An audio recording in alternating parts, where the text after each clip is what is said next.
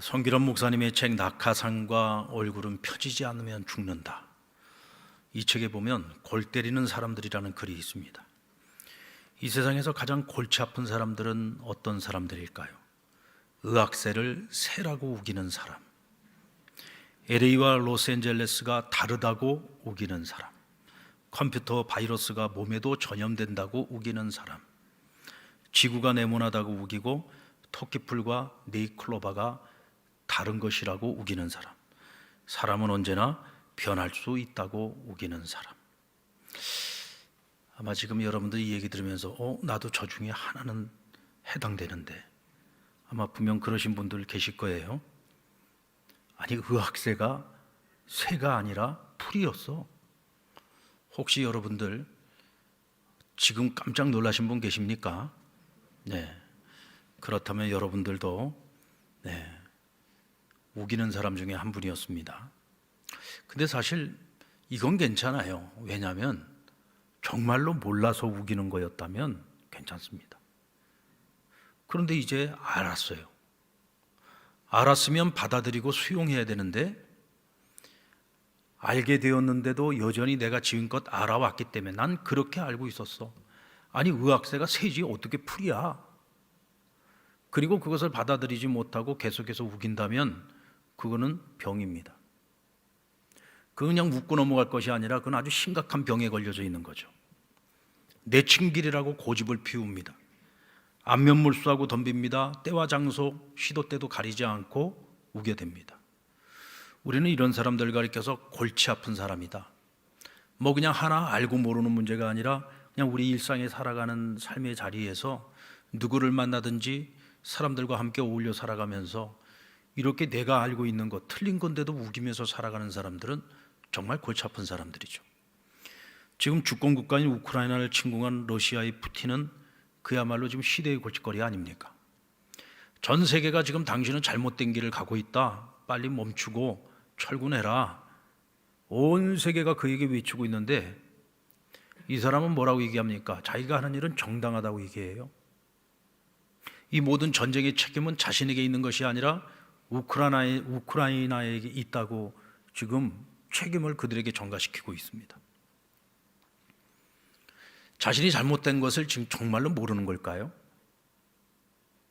그걸 모른다면 말이 안 되죠. 그래도 한 나라의 지도자라는 사람이 왜 모르겠습니까? 뭔가 다른 꿍꿍이가 있어서 욕을 얻어먹으면서도 그 짓을 지금 저지르고 있는 거고요. 내가 잘못된 길을 가고 있지만 이미 내친 길이기 때문에 멈추지 못하고 있는 겁니다. 그러니까 남들이 어떻게 생각하든지 말든지 안면몰수하고 지금 덤비는 거죠. 참 심각한 겁니다. 정말 골치 아픈 사람인 거죠. 지금 이 골치 아픈 한 사람 때문에 우크라이나는 날벼락을 맞았고, 러시아 국민들은 지금 경제 제재 때문에 아주 다들 굶어 죽을 판이고, 전 세계가 함께 고통을 겪고 있지 않습니까? 예수님이 구속사역을 하시는 동안에도 주님을 가장 힘들게 했던, 그러니까 주님께서 보실 때 참 골치 아픈 사람들이 누구였냐면 바리새인들과 사두개인들이었어요. 그들은 누구보다도 성경을 잘 아는 사람들이고 율법에 대해서 능통한 사람들이었고 하나님의 선지자들의 예언을 바삭하게 알고 있는 사람들이었습니다. 당시 백성들에게는 믿고 따를 만한 스승들이었고 종교 지도자들이었죠. 하지만 유대사회에서 가장 영향력이 컸던 이들의 교만과 편견과 정치적인 욕망이 하나님이 보내신 메시아를 십자가에 매달아 죽였습니다. 그리고 오늘날까지 유대인들로 하여금 하나님의 구원과 가장 거리가 먼 사람들이 되도록 만들었단 말이죠. 자, 오늘 본문에서 주님은 제자들에게 바리새인과 사두개인들의 누룩을 주의하라고 말씀하셨어요. 근데 제자들이 그 말씀을 듣고 대체 주님이 말씀하시는 저 누룩이 무엇인가를 생각을 하다가 갑자기 떡 타령을 합니다. 7절 말씀을 보시면 제자들이 서로 논의하여 이르되 우리가 떡을 가져오지 아니하였도다 하거늘. 갑자기 주님께서는 누룩에 대해서 이야기를 하고 있는데 갑자기 자기들이 떡을 가지고 오지 않은 것, 떡을 챙기지 않은 일에 대해서 논의했다는 거예요. 그러니까 주님께서 그들을 보시고, 야, 너네들 참 믿음이 적구나, 어떻게 아직도 그것을 깨닫지 못하느냐 하고 그들을 책망하셨습니다. 오늘 이 제자들이 주님께 책망을 들을 만큼 갑작스럽게 떡 타령을 했던 이유는 뭘까요? 여기에 분명히 이유가 있겠죠. 사실은 오늘 이 사건이 있기 전에 두 가지 사건이 앞서 있었는데, 하나는 주님께서 칠병이어 기적으로 4,000명을 배불리 먹이고 7 광주리가 남는 기적을 베푸셨어요. 근데 제자들이 급히 길을 떠나오는 바람에 남아있는 광주리의 그 떡들을 챙기지를 못했던 겁니다. 그리고 두 번째 사건은 바리새인과 사두개인들이 주님을 시험하기 위해서 찾아와서 우리에게 하늘로부터 오는 표적을 보여달라고 합니다. 그러자 주님께서 그들을 향해서 악하고 음란한 세대라고 책망을 하시면서 내가 너희에게 보일 표적은 요나의 표적밖에 없다라고 말씀을 하셨어요. 결국은 이 두 가지 사건과 오늘 주님이 말씀하신 것이 연관되어져 있는데, 제자들은 오늘 바리새인과 사두개인들의 떡을 주의하라고 할 때 이 떡이, 아니 이 누룩이 자기들이 챙겨오지 않은 떡을 가지고서 주님이 지금 책망하는 것이라고 착각을 한 겁니다. 자, 우리가 오늘 이 사건 속에서 인지해야 되는 것이 뭐냐면, 사람들은요 무엇을 보고 들을 때 자기가 보고 싶은 것만 보려고 해요. 자기가 듣고 싶은 것만 들으려고 하는 겁니다. 그러니까 오늘 이 제자들도 주님께서 말씀하시는 것을 왜 오해를 하고 잘못 알아들었느냐, 이 사람들의 관심이 바리새인이나 사두개인들과 별로 다르지 않았다는 거죠.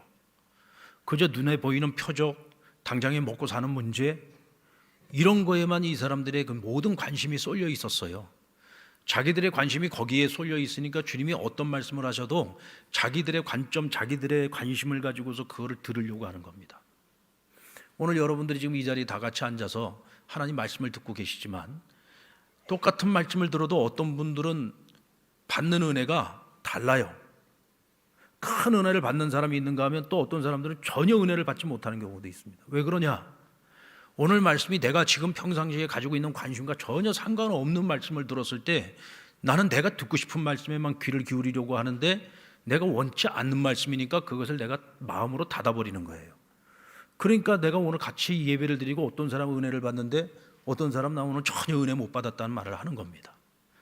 같은 은혜를 받아도 어떤 사람은 여기서 은혜를 받고 어떤 사람은 저기서 은혜를 받고, 똑같은 은혜를 받아도 어떤 사람은 깨달음이 또 다른 사람과 전혀 다른 깨달음을 얻을 수도 있는 거예요. 그거 왜 그러냐?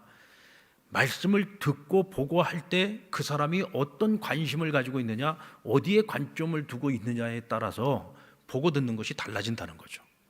오늘 주님께서 제자들을 책망하신 이유도 딴 게 아니에요. 바로 여기 있는 겁니다. 그들이 무슨 동문서답했다고 주님께서 그렇게까지 꾸짖느냐, 그게 아니고 3년 동안이나 주님을 함께 동행하고 주님께 배웠는데도 불구하고 여전히 이들은 주님과 같이 길을 걸어가고 있으면서도 전혀 다른 데를 보고 있어요. 전혀 다른 길을 걷고 있는 거예요. 서로 마음이 다른 겁니다. 그러니까 주님께서 3년 동안 보고 배웠는데도 아직도 그것을 깨닫지 못하느냐고 그들을 책망하고 있는 거죠. 자, 그렇다면 오늘 주님께서 말씀하시는 바리새인과 사두개인들의 누룩은 대체 무슨 의미하는 걸까요? 12절 말씀 같이 한번 볼까요? 시작. 그제서야 제자들이 떡의 누룩이 아니요 바리새인과 사두개인들의 교훈을 삼가라고 말씀하신 줄을 깨달으니라. 제자들이 뒤늦게 깨달았어요. 주님께서 말씀하신 이 누룩이 무엇을 말하느냐? 바리새인과 사두개인들의 교훈이라는 겁니다. 누룩은 빵을 크게 부풀리는 효소입니다. 그러니까 이스라엘 사람들은 유월절 절기를 지키는데 유월절이 끝나는 때부터 무교절이 시작이 돼요. 이 무교절 기간 동안 그들은 누룩이 들어가지 않은 떡을 먹었습니다. 이 누룩이 가지고 있는 특징이 뭐냐면 본질을 가려요. 그리고 부풀리게 하는 성질을 가지고 있습니다. 그래서 유대인들이 누룩을 비유로 이야기할 때는 굉장히 부정적인 영향력에 대해서 말을 할 때 누룩을 사용하는 겁니다. 그래서 주님께서 이 절기를 지킬 때에도 누룩이 들어가지 않은 떡을 먹으라고 한 것은 너희가 하나님 앞에 감사와 헌신을 드릴 때에 너희에게 불순물이 들어가서 안 된다는 거예요. 너희들의 사적인 욕심, 사적인 욕망을 가지고서 하나님을 찾으면 안 된다는 겁니다. 우리가 하나님 앞에 나와서 예배를 드리는데 개인적인 욕망, 어떤 개인적인 자기 야망을 이루기 위해서 하나님 앞에 나와서 구하는 것들은 아무 의미가 없다는 것을 의미하고 있는 거죠. 그러므로 오늘 주님께서 보실 때에 바리새인과 사두개인들의 교훈이 마치 소경이 길을 인도하는 것처럼, 소경이 길을 인도하는 것처럼 이 사람들은 자신들만 어리석고 부패한 것이 아니라 백성들의 스승이었기 때문에 백성들마저도 어리석고 미련하게 만들고 자기들만 부패한 것이 아니라 백성들마저도 부패하게 만들었다는 겁니다. 영적인 눈을 가리워서 본질을 보지 못하고 진리를 보지 못하도록 만들었다는 거죠. 선한 영향력을 미쳐야 되는 사람들인데 부정적인 영향을 미치고 있는 거예요. 우리는 이런 사람들을 골치 아픈 사람들이라고 말하는 겁니다. 전혀 유익이 안 되는 거죠. 있으나 마나 하고 쓸데없는 사람들이라는 뜻입니다. 그들의 교훈이 미치는 가장 부정적인 영향력은 말씀의 본질을 가리우고 외식적이고 형식적인 신앙 행위만을 강조하고 있는 겁니다. 하나님이 이스라엘에게 주신 율법의 기본 정신이 무엇입니까? 하나님을 사랑하고 이웃을 사랑하는 것. 이것이 모든 율법의 기본 정신이고 기초입니다. 그래서 어떤 율법의 말씀들, 어떤 강령도, 어떤 율례나 규례나 법도도 하나님 사랑, 이웃 사랑이라는 이 기본 정신보다 우선할 수가 없어요. 바리새인하고 사두개인들이 예수님께 찾아와서 가장 많이 시비를 걸었던 것 중에 하나가 뭐냐면 안식일에 주님께서 병든 자들을 고치는 일이었습니다. 여러분들 병든 자를 고치는 일은 선한 일이잖아요. 이게 악한 일입니까? 좋은 일이잖아요. 누군가의 불편을 해소해 주는 것이고 누군가의 죽을 수밖에 없는 질병으로부터 그를 해방시켜 주는 것이지 않습니까? 매여 있는 것으로부터 자유케 해주시는 것이고 포로된 것에서 풀어주시는 것이잖아요. 얼마나 선하고 좋은 일입니까? 근데 단지 그것을 안식일 날 했다는 것 때문에 왜 당신은 안식일법을 지키지 않느냐 하고 예수님을 시험하려고 했습니다. 그러자 주님께서 뭐라고 하셨습니까? 내가 안식일 날 선한 일을 한 것을 가지고 하나님께서 그것을 악하다고 하시겠느냐? 하나님이 우리에게 법을 주신 이유가 뭐냐? 하나님 사랑하고 이웃을 사랑하라고 주신 것 아니냐? 그렇다면 안식일 법보다 더 중요한 것은 뭐냐? 내 이웃을 내 몸과 같이 사랑하는 것이고 죽어가는 이웃을 살리는 것이 먼저라는 거죠. 그것이 더 중요한 것이다. 우선순위를 가르치신 겁니다. 여러분, 하나님께서 가장 싫어하고 가장 가증히 여기는 것이 뭐라고 생각하십니까? 여러분들은 어떤 사람들이 가장 싫어요? 어떤 사람들이 가장 여러분들을 불편하게 합니까? 하나님이 가장 싫어하는 사람은요, 위선적인 사람입니다. 아닌데 척하면서 살아가는 거예요. 진실하지 않은 사람이 진실한 척하고 살고 정직하지 않은데 정직한 척하면서 살고 정말 하나님 앞에서 온전한 믿음을 가지고 신실하게 살지 않으면서 자기가 굉장히 하나님 앞에서 충성스러운 신앙을 가지고 살아가는 것처럼 척하고 살아가는 것을 하나님이 가장 싫어하십니다. 바리새인들이 이 척하는 외식하는 모습이 어디서 가장 많이 드러났습니까? 예수님 뭐라고 말씀하셨어요? 기도에 대해서 가르칠 때에도 이 바리새인들은 시장에서 다른 사람들이 많이 다 보는 앞에서 큰 소리로 두 팔을 올리고 기도한다 그랬어요. 마치 그 모습이 자신의 경건함을 표시하는 것처럼, 나타내는 것처럼. 근데 사람들은 그것을 보고 현혹이 되는 거죠. 아, 저런 모습이 하나님을 경외하는 모습이구나. 아니요. 소리를 크게 지르고 소리를 작게 지르고가 중요한 게 아니잖아요. 시장에서 사람들이 보는 앞에서 기도하는 것이 중요합니까? 골방에서 기도하는 것이 중요합니까? 중요한 것은 내가 얼마만큼 하나님 앞에 진실 어린 마음을 갖고 진심 어린 마음으로 하나님 앞에 기도하느냐 안 하느냐, 이게 중요한 거잖아요. 근데 그들의 그런 외식적인 모습, 형식적인 모습, 이것이 백성들의 마음에도 외식적이고 형식적인 종교생활을 하도록 만들었다는 거예요. 본질을 보지 못하는 거죠. 진리를 바로 보지 못하는 것이고 거짓된 신앙에 빠지게 만든 것입니다. 이와 같이 위선적인 잣대를 가지고서 주님을 보니까 주님의 본질을 보지 못하고 오히려 주님을 경계 대상으로 삼고 주님을 죽일 생각만 했던 것입니다. 겉으로는 정의로운 척을 하는데 그 속에 자신의 욕망과 탐욕으로 가득 차 있어요. 어떤 위선으로 그것을 포장하려고 해도 결국 진실은 다 드러나죠. 여러분, 러시아의 푸틴을 생각해 보세요. 이 사람은 자신이 하는 일이 지금 굉장히 정의롭다고 생각을 합니다. 근데 전 세계인들은 다 알고 있습니다. 이 사람이 얼마나 탐욕적이고 자기 욕망으로 똘똘 뭉친 사람인지. 어떤 말로 자기를 합리화시키고 어떤 것으로 자기를 포장을 해도 그 사람의 진실은 다 드러나게 돼 있어요. 사도신경의 내용 중에 우리는 본디오 빌라도에게 주님이 고난을 당하시고 십자가에 달리셨다고 고백을 합니다. 근데 여러분, 엄밀한 의미에서 말하면 예수님이 십자가에 달리신 것이 누구 때문입니까? 바리새인들 사두개인들이 없는 죄를 뒤집어 씌워가지고 고소한 거잖아요. 사실 빌라도는 예수님이 죄가 없다고 처음서부터 생각하고 있었고 또 그들을 그렇게 설득하려고 애를 썼습니다. 이 사람에게 죄가 없다. 근데 왜 너희는 이 예수를 십자가에 못 박으려고 하느냐? 처음엔 그들을 설득하려고 했습니다. 어떻게 보면은 예수님을 십자가에 매달아 죽인 것은 바리새인과 사두개인들과 유대인들이에요. 근데 왜 우리는 빌라도가 예수님을 죽였다고 고백을 합니까? 그것은 그에게 판결권이 있었기 때문입니다. 예수님을 죽일 수도 있고 살릴 수도 있는 판결권, 오늘날로 말하면 판사인 거죠. 법을 집행하는 자인 겁니다. 근데 예수님에게 죄가 없다는 것을 알았으면, 그가 진실된 사람 같으면 당연히 무죄 선언을 해야지 되는데 정치적인 욕망 때문에 죄 없는 예수님에게 죄를 뒤집어 씌워서 사형 언도를 내린 겁니다. 그래 놓고는 물에다가 손을 씻으면서 뭐라고 했어요? 이 사람의 피에 대해서 나는 무죄하다. 이 핏값은 너희에게, 유대인들에게 돌렸습니다. 여러분, 빌라도가 죄 지었어요? 안 지었어요? 판사는 법을 제대로 지켜야 되는 거예요. 판사가 법을 제대로 이행하지 않으면 이 사람은 큰 죄를 짓는 겁니다. 오히려 죄를 지은 그 사람보다도 판결을 잘못한 이 사람의 죄가 더 큰 거죠.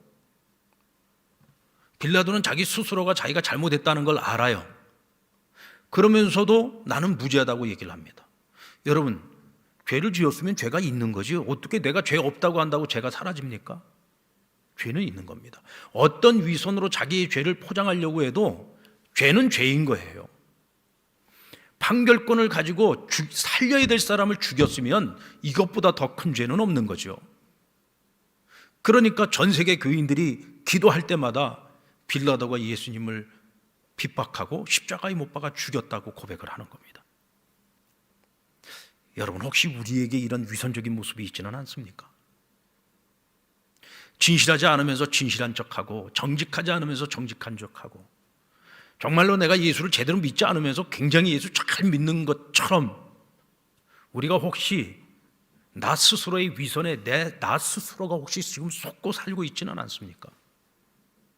그래서 어느 순간부터 위선적으로 살아왔던 나의 모습에 내가 스스로 속아서 내가 진짜로 지금 잘 믿고 있다고 생각을 하고 내가 지금 굉장히 진실하고 정직한 사람이라고 생각을 하고 혹시가 우리가 그런 착각에 빠져 있지는 않은가 우리 스스로를 한번 점검해 볼 필요가 있습니다.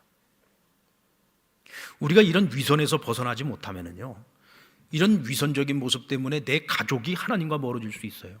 저는 목회하면서 이런 분들 참 많이 봤습니다. 내 아버지 내 어머니가 교회 중직자로 그렇게 열심히 교회를 섬겼지만 나는 내 아버지 내 어머니 교회 섬기는 모습 보면서 신앙생활하는 모습 보면서 하나님 앞에서 위선적인 모습 보면서 저는 그런 하나님 못 믿겠다고. 그래서 신앙생활 안 하고 신앙을 떠나는 그런 자녀들 참 많이 봤습니다. 나의 위선된 신앙이 내 가족, 내가 가장 사랑하는 내 가족으로 하여금 하나님과 멀어지도록 만들 수도 있어요. 어쩌면 그 영향을 지금 내 자녀들이 받고 있을 수도 있는 겁니다. 내 주변에 있는 나와 가장 가까이에 있는 사람들이 나의 그런 위선적인 모습을 보고 하나님을 왜곡되게 생각할 수 있고 하나님을 바로 볼 수 있는 눈을 우리가 영적으로 가려버릴 수도 있는 겁니다. 하나님 보실 때 그런 우리가 얼마나 골치 아픈 사람으로 보이겠습니까? 우리에게 그런 영향을 받고 있는 사람들이 우리를 볼 때 얼마나 우리를 골치 아픈 존재로 여기겠느냐고요. 하나님의 자녀로서 우리가 살아가면서 그렇게 골치 아픈 존재가 되면 되겠습니까? 유익한 존재가 돼야지. 쓸모 있는 사람이 돼야 되지 않겠습니까? 그리고 바리새인과 사두개인들의 누룩은 권력에 대한 집착이었어요. 이들은 종교 권력만 가지고 있었던 것이 아니라 실제적으로는 정치 권력도 가지고 있었던 사람들입니다.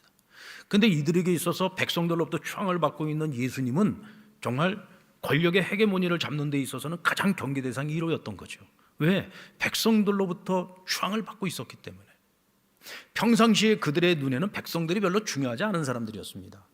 오로지 자신들의 그 권력을 탐하는 사람들이었기 때문에 별로 이게 중요하지 않아요. 힘없는 백성들이 무슨 뭐 이렇게 대단한 힘이 있었겠습니까? 그러나 이 백성들이 똘똘 뭉쳐서 지지하고 있는 사람은 정치적으로 봤을 때에는 굉장히 위험한 존재였던 거죠.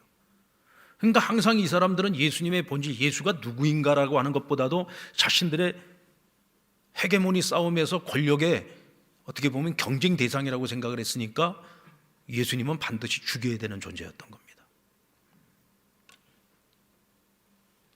권력에 대한 집착이 본질을 보지 못하게 한 거죠. 근데 여러분, 제자들이라고 달랐을까요? 주님과 함께 한 공동체를 이루고 같은 길을 걸었는데 그들은 주님과 전혀 다른 생각을 가지고 있었습니다. 주님께서는 인류를 위한 죄를 대속하는 대속제물로서의 십자가의 길을 걸어가고 계셨어요. 그러나 제자들은 주님께서 하나님이 주신 권능을 가지고 과거의 다윗 왕국과 같은 새로운 왕국을 건설하고, 자기들은 주님을 따랐으니 주님의 좌우편에서 권력의 핵심 역할을 하게 되지 않을까, 그런 헛된 꿈과 기대를 가지고 있었던 거죠. 이게 정말 웃기는 거 아닙니까, 여러분? 가질 수도 없는 권력이고 실제로 있지도 않은 권력인데 그것을 가지고 자기네들끼리 서로 다투지 않았습니까? 그러니까 주님께서 보실 때에는 바리새인 사두개인들이나 오늘 이 제자들이나 하나도 다를 것이 없는 거예요. 단지 주님과 지금 함께 길은 걸어가고 있지만 전혀 다른 생각으로 머릿속에 똥똥 똘똘 뭉쳐져 있어요. 전혀 다른 생각을 가지고 전혀 다른 길을 걸어가고 있는 거죠. 여러분, 길을 같이 걸어가고 있다고 해서 다 같은 길을 걷는 게 아닙니다. 주님과 같은 생각을 하고 그 길을 걸어야 같이 걷는 거지, 전혀 다른 생각을 가지고 같은 길을 걷는다고 해서 그건 한 길을 걷고 있는 게 아니에요. 사람이 무엇인가에 집착을 하고 있으면 다른 게 전혀 보이지를 않습니다. 제자들을 어리석게 만든 것도 결국은 이 집착입니다. 그러니까 예수님께서 바리새인과 사두개인들의 누룩을 주의하라는 것은 그들의 그 거짓되고 위선된 모습을 보면서 너희의 위선을 보라는 겁니다. 너희의 그 집착을 보라는 거죠. 그 집착이 권력에 대한 집착이든 물질에 대한 집착이든, 혹은 그것이 인기나 명예나 혹은 세상의 즐거움이나 낙이나 이런 세상에 속한 것들에 대한 집착, 너희가 이 집착을 버리지 않는 한 너희가 본질을 보지 못한다. 주님과 같은 길을 걷고 있어도 너희는 결코 주님과 같은 길을 걷고 있는 것이 아니라 전혀 다른 길을 걷고 있다는 거예요. 주님과 같은 길을 걸었는 줄 알았는데 전혀 다른 길을 간다면 세상에 그거보다 허무한 일이 어디 있겠습니까? 우리가 하나님 앞에 섰을 때에 주님께서 우리를 변호해 주셔야 되는데 주님 말씀하시기를 난 너 모르겠다. 아니 주님, 제가 평생을 주님과 함께 했는데 어떻게 왜 저를 모르십니까? 난 널 모르겠는데. 너는 나와 같은 길은 걸었는지 모르지만 넌 전혀 다른 생각만 갖고 살았잖아. 다른 것에 대한 집착을 갖고 살았잖아. 너가 이 땅을 살면서 하나님 나라를 생각해 본 적이 있어? 하나님의 영광을 생각해 본 적이 있냐?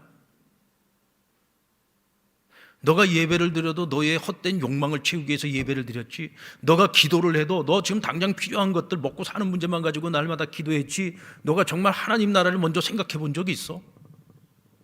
주의 영광을 생각해 본 적이 있냐? 너에게 주어진 사명을 위해서 단 한순간이라도 제대로 살아본 적이 있어?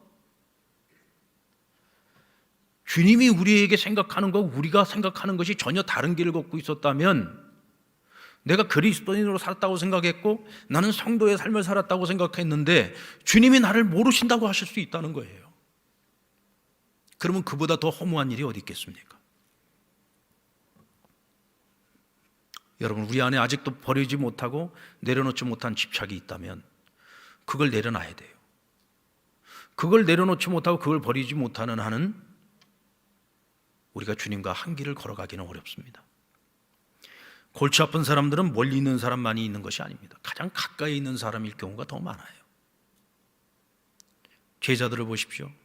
주님과 가장 가까이 있었는데도 주님을 가장 힘들게 하는 사람들이었잖아요.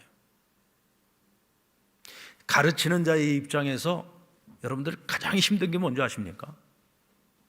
그렇게 열심히 가르친 3년 동안을 보여줬고 가르쳤고 수많은 기사와 표적을 통해서 예수님이 누구인지, 예수님이 어떤 일을 하시기 위해서 이 땅에 오셨는지 거듭해서 3년을 그렇게 집중적으로 가르쳤는데도 불구하고 도무지 깨닫지를 못합니다. 알아먹지를 못해요. 그것처럼 괴로운 일이 어디 있겠습니까? 어떻게 보면 바리새인이나 사두개인들보다도 예수님을 더 힘들게 하는 사람들은 제자들이었어요. 생각이 딴 데가 있으니까 결국은 결정적인 순간에 예수님 버리고 다 도망치지 않았습니까? 뭐 우리라고 뭐 특별히 다르겠습니까? 오늘 이 제자들은 그렇게 많은 표적을 보았으면서도 떡이 없다는 것 때문에 지금 자기들끼리 논쟁이 일어났습니다. 너 왜 떡 안 챙겼냐? 왜 너는 떡 안 챙겼냐? 그리고 떡 안 챙겨가지고 서로 책임 회피하면서 서로 간에 다투고 있었던 거죠. 그러니까 참 주님 보실 때 얼마나 기가 막히겠습니까? 오죽하면은 야, 너희 지금 떡이 없다고 지금 너희들끼리 지금 다투고 있는 거냐? 너희들이 지금 다투고 있는 그 떡을 누가 만들었니?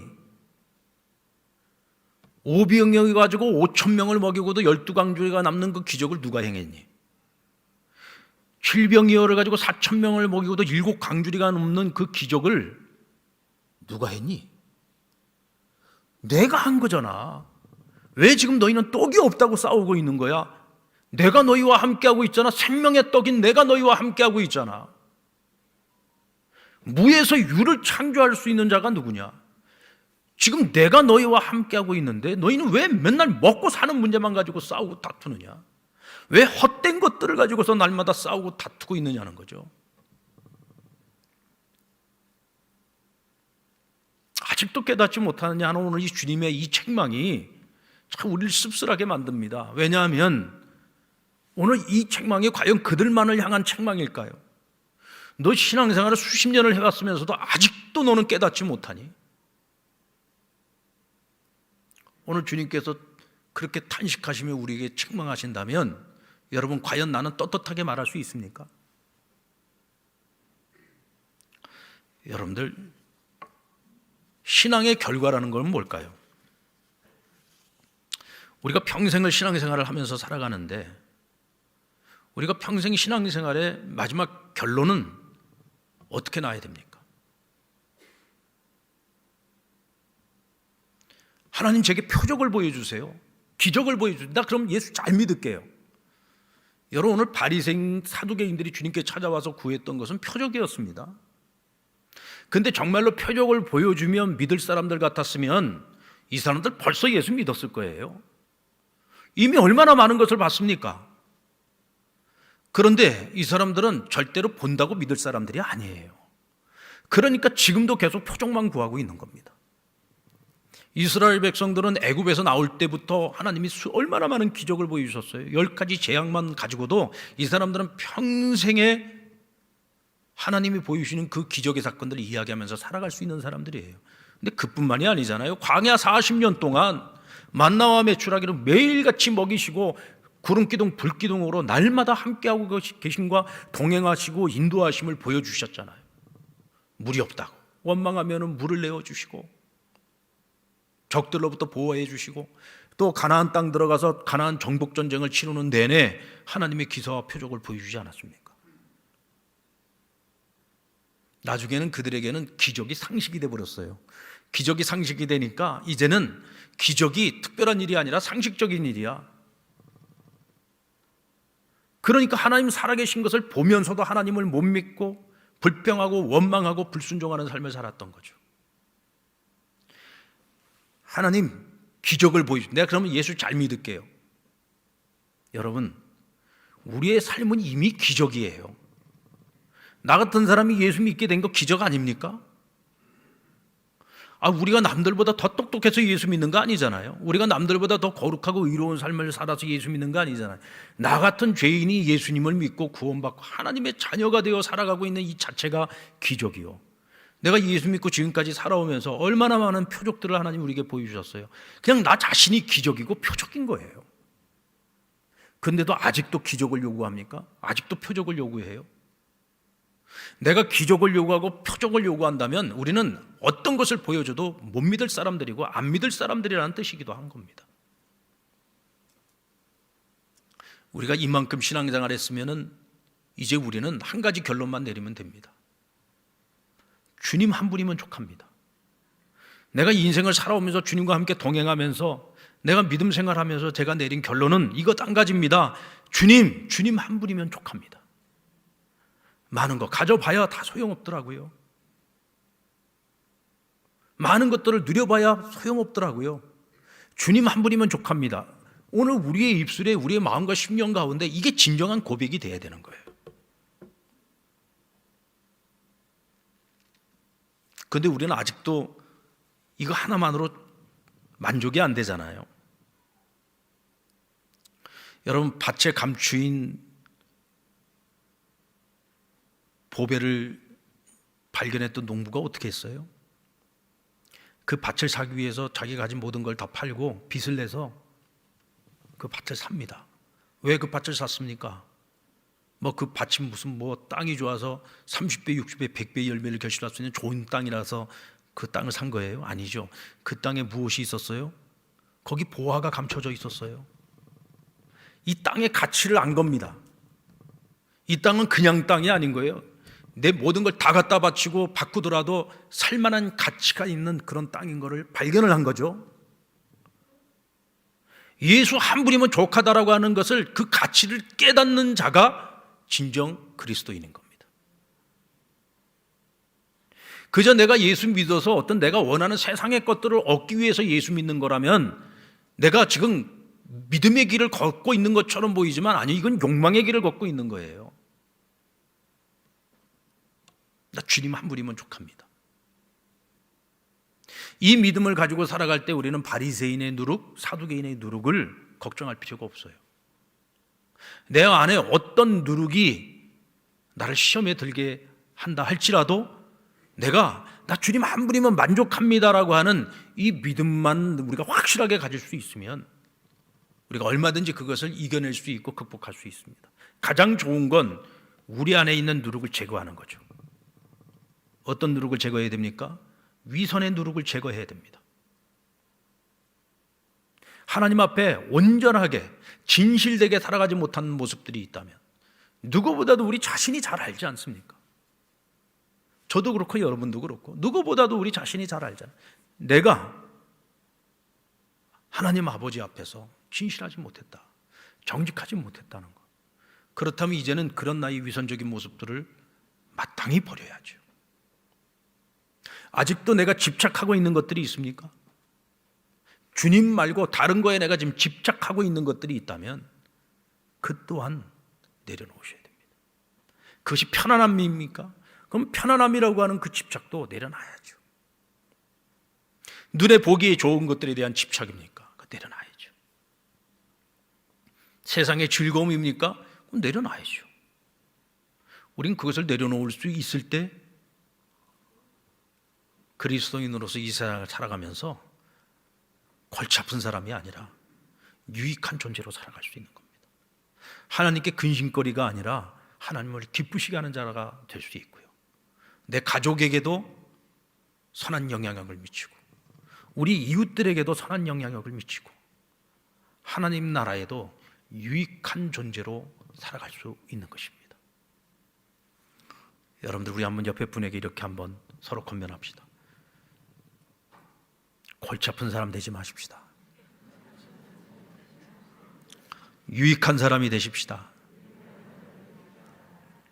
여러분, 오늘 집에 가셔서 내가 버려야 될 누룩이 무엇인지 한번 잘 생각해 보시고 결단하고 이제 시작해 볼 수 있는 저와 여러분 되기를 주의 이름으로 축원합니다.